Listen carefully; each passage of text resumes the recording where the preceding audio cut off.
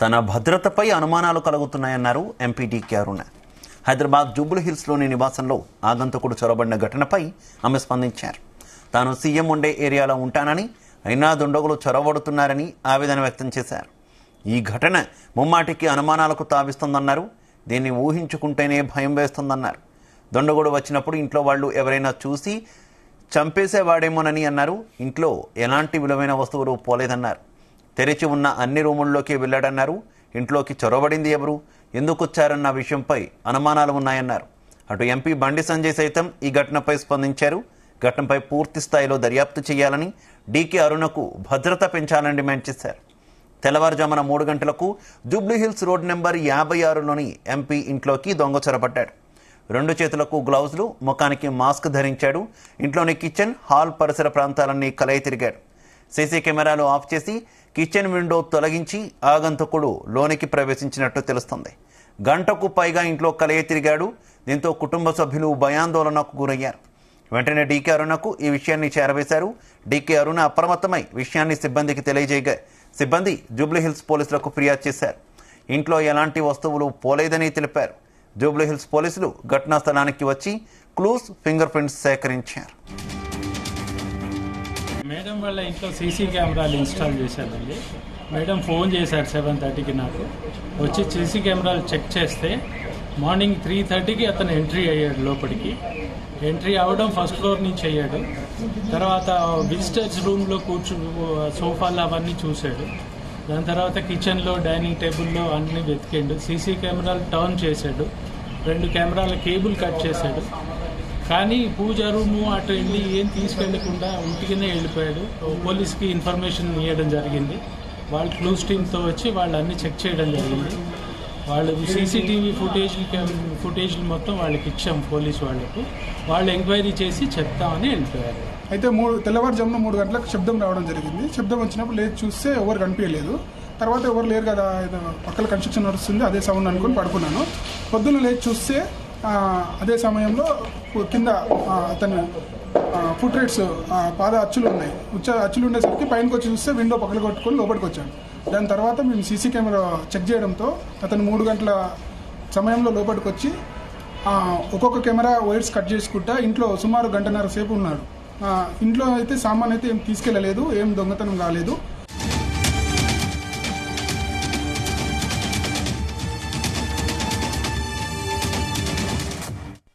సంబంధించి మరింత సమాచారం మా క్రైమ్ బ్యూరో చీఫ్ రవితేజ అందిస్తారు. రవితేజ్. జూబ్లీహిల్స్ రోడ్ నెంబర్ 56లో జరిగినటువంటి దొంగతన ఘటనపై మహబూబ్నగర్ ఎంపీ డీకే అరుణ స్పందించి తన ఇంట్లో జరిగినటువంటి ఘటనకు సంబంధించి తనకింటికి వెళ్లాలంటే భయం వేస్తుందని, తనకు కట్టుదిట్టమైనటువంటి అదనపు భద్రత కూడా ఏర్పాటు చేయాలంటే కూడా రాష్ట్ర ప్రభుత్వాన్ని డిమాండ్ చేస్తూ డీకే అరుణ ఒక ప్రకటన కూడా రిలీజ్ చేయడం జరిగింది. ఇంత ఈజీగా ఒక ఎంపీ ఇంట్లో ఇంతమంది సెక్యూరిటీ ఉండగా అర్ధరాత్రి ఒక అగంతకుడు కిచెన్ ఇంటి గ్రిల్స్ పగలగొట్టుకొని ఆ కిటికీలో నుంచి లోపలికి వచ్చి 1.5 గంటల సేపు ఇంట్లోనే ఉండి పూర్తి వస్తువులనంతా కూడా చెల్లాచెదనం చేయడము, వ్యక్తులు కనిపించలేదు, వ్యక్తులు కనిపిస్తే ఇంకేదైనా దాడి చేసేటువంటి ప్రయత్నం చేయడము, తను 2 రోజుల పాటు మహబూబ్ నగర్ లోనే ఉన్నాను, ఇంట్లో ఉంటే తన పరిస్థితి ఏంటి అనేది తను భయాందోళనకి గురయ్యి రాష్ట్ర ప్రభుత్వం తన ఇంటి సెక్యూరిటీ విషయంలో, తన పర్సనల్ సెక్యూరిటీ విషయంలో పకడ్బందీ సెక్యూరిటీని ఏర్పాటు చేయాలి అంటూ మాత్రం డీకే అరుణ కొన్ని అనుమానాలు వ్యక్తం చేస్తూ కొన్ని డిమాండ్స్ ని తను ప్రభుత్వం ముందు పెట్టడం జరిగింది. తన భద్రతలో అనుమానాలు కలుగుతా ఉన్నాయి. సీఎం గా ఉండేటువంటి ఏరియాలోనే ఉంటాను, అయినప్పటికీ ఈ దుండగులు ఇంట్లో చొరబడడం మాత్రం కొన్ని అనుమానాలు వ్యక్తం చేస్తా ఉన్నాయి. ఒక దుండగుడు ఇంట్లోకి వెనక కిచెన్ నుంచి ప్రవేశించి 1.5 గంటల పాటు ఆ ప్రాంగణంలోనే తిరిగి వెళ్లిపోయాడు. ఇది ముమ్మాటికి అనుమానాలకు తావిస్తోంది.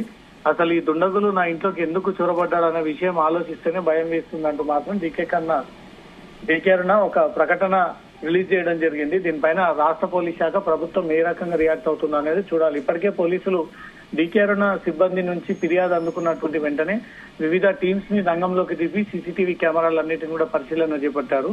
దుండగుడు మొహానికి మాస్క్ వేసుకోవడము, 2 చేతులకు అతను ఫింగర్ ప్రింట్స్ దొరకకుండా గ్లౌజులు వేసుకొని తిరుగుతూ తన ఆనవాళ్లు దొరకకుండా తగిన జాగ్రత్తలు తీసుకొని ఇంట్లోకి చొరబడ్డాడు అంటూ కూడా డీకే అరుణ ఈ విషయాన్ని మీడియా ముందు తెలియజేయడం జరిగింది. వారి సిబ్బంది కూడా ఇచ్చినటువంటి ఫిర్యాదు పైన పోలీసులు అన్ని వైపుల నుంచి విచారణ చేపడుతూ ఉన్నారు. గత 2 రోజులుగా నేను మహబూబ్ నగర్ లో ఉన్నాను. గత అర్ధరాత్రి 3 గంటలకు కిచెన్ కిటికీ తీసి ఒక దుండగుడు తనకి ఇంట్లోకి వచ్చాడని, ఇల్లంతా 1 గంటన్నర పాటు ఇంట్లో తిరిగాడని, ఇవాళ మార్నింగ్ 6 గంటలకు నాకు ఈ విషయం తెలిసినటువంటి వెంటనే నేను అయితే రవితేజ పోలీసులు ఏం చెప్తున్నారు? ప్రస్తుతం కొంత హై సెక్యూరిటీ ఉండేటటువంటి ఏరియాలోనే డీకార్ను కూడా ఉంటున్నటువంటి పరిస్థితి కదా. ఆమె చెప్పినట్టే సీఎం నివాసం కూడా దగ్గరలోనే ఉంది. అటువంటిది ఏ రకంగా ఆగంతకుడు లోపలికి చొరబడినటువంటి సిచ్యువేషన్ ఏర్పడింది? మొత్తం ఈ విషయానికి సంబంధించి పోలీసులు ఏం చెప్తున్నారు? గతంలో ఈ ఇంట్లో పనిచేసినటువంటి వ్యక్తులే, ఎలాగో ఇంట్లో ఎంపీ ఉండదు, మిగతా కుటుంబ సభ్యులు ఉంటారు కాబట్టి ఎక్కడ విలువైనటువంటి వస్తువులు ఉంటాయి, ఎక్కడ ఈ నగదు ఉంటాయి అని ఒక తెలిసిన వ్యక్తే ఈ దొంగతనాలకి పాడిపడి ఉండొచ్చు అనేది మాత్రం పోలీసులు అనుమానిస్తా ఉన్నారు. గతంలో కిచెన్ లో పనిచేసి, ఇంట్లో సర్వెంట్ గా పనిచేసి ఇటీవలే మానేసినటువంటి వ్యక్తులు ఎవరైనా ఉన్నారా, ఎవరిపైన అనుమానాలు ఉన్నాయా అనే ఒక కోణంలో కూడా భద్రతా సిబ్బందిని, ఇంట్లో ఉన్నటువంటి సిబ్బందిని అంతా కూడా పోలీసులు అడిగి ఆ వివరాలను కూడా సేకరించినట్టుగా తెలుస్తోంది. వెనుక కిటికీలో నుంచి రావడము, ఆ తర్వాత గోడ సహాయంతో మళ్లీ పైకి తిరిగి వెళ్లడం అంటే ఖచ్చితంగా ఇంట్లో తిరిగినటువంటి వ్యక్తే. అతనికి ఆ అనుభవం ఉంది కాబట్టి దాన్ని బేస్ చేసుకుని అతను 1 గంటన్నర పాటు ఇంట్లో ఎవరు ఉండరు, ఎంపీ కూడా ఇంట్లో ఉండకపోవడం కారణంగా ఈజీగా మనం అనుకున్న పని చేసుకుని వెళ్ళొచ్చు అన్న ఒక ఉద్దేశంతో ఈ దొంగ ఇంట్లోకి ప్రవేశించాడు అనేది మాత్రం స్పష్టంగా పోలీసులకు కొన్ని అనుమానాలు ఉన్నాయి. డీకే అరుణ చెప్తున్న విధంగానే తనకు సెక్యూరిటీ అవసరం, తన ఇంటికి తనకు పర్సనల్ సెక్యూరిటీ కావాలి. సీఎం ఇంటికి కొంత దూరంలో ఉన్నటువంటి నా ఇంట్లోనే ఈ దుండగుడు ప్రవేశించాడంటే పోలీసుల భద్రతా వైఫల్యం అనుకోవాలి.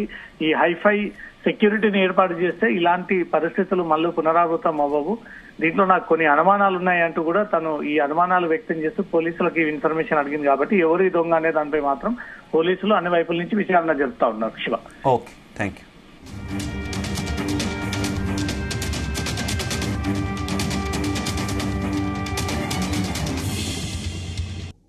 సో నిన్న రాత్రి అరౌండ్ 3:20 అంటే యాజ్ పర్ సీసీటీవీ ఫుటేజ్ ప్రకారం రాత్రి అంటే మార్నింగ్ 6 గంటలకు నాకు వచ్చిన కాల్ ఈరోజు మొదలు జరిగింది. మొదట నాకు పొద్దున అరౌండ్ 7 o'clock అయిపోతే నాకు మా ఇంటి నుంచి ఫోన్ వచ్చి అమ్మ ఇట్లా ఇంట్లో ఎవరో వచ్చిండ్రు, మొత్తం ఇంట్లో అంతా అడుగులు కనపడుతున్నాయి, బూట్ల అడుగులు కనపడుతున్నాయి, అంత మడ్డడుగులు కనపడుతున్నాయి, కిచెన్ సైడ్ నుంచి ఎవరో ఇంట్లోకి మొత్తం వచ్చి తిరుగులాడినట్టు కనపడుతుంది అన్నారు.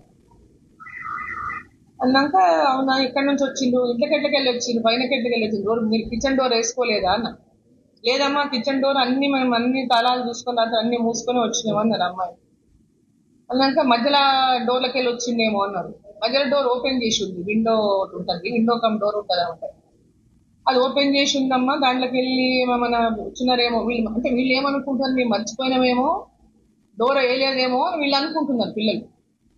కానీ యాక్చువల్ గా వచ్చిన ఎంట్రీ వేరే, ఆయన వచ్చి డోర్ తీసుకొని బయటికి పోయింది.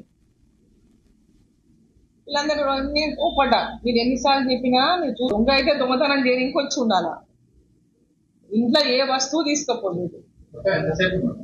1.5 hour ఉన్నాడు, గంటన్నర ఉన్నాడు. ఏ రూమ్ కూడా తెరవడానికి ట్రై చేసినాడు. మళ్ళీ నువ్వు నా బెడ్రూమ్ డోర్ అన్నా కనీసం తెరిచిందా మూసిందా అని ట్రై కూడా చేయలేదు. మరి ఎందుకోసం వచ్చిండు, ఏం రేపు ఎంతమంది రూమ్లు ఉన్నాయి, ఎంతమంది ఉన్నారో అసలు ఎందుకోసం వచ్చిండో ఇప్పటిదాకా అర్థం కాదు. ఇది ముఖ్యమంత్రి గారు లేని 4 ఏళ్ళనే ముఖ్యమంత్రి కూడా ఉంటాడు. నా ఇంటి నుంచి కనీసం ఆయనకు 200 meters కూడా ఉండదో.